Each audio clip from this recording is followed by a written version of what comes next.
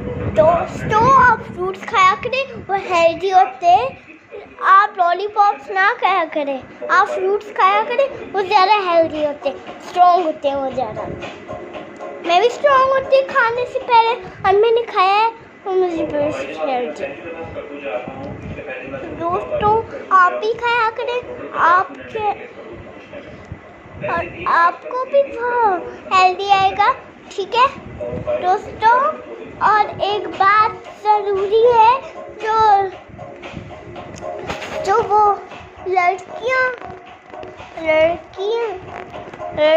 जा रही थी कहानी, और उसने क्या किया, वो गाड़ी में बैठी थी एक औरत,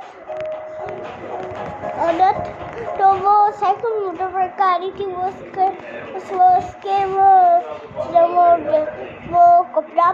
कपड़े खींच लिए। और दोस्तों, और क्या हुआ, वो उसके कपड़े फट गए। वो करी थी, वो चीख रही थी, और फिर मोटरसाइकिल आई थी,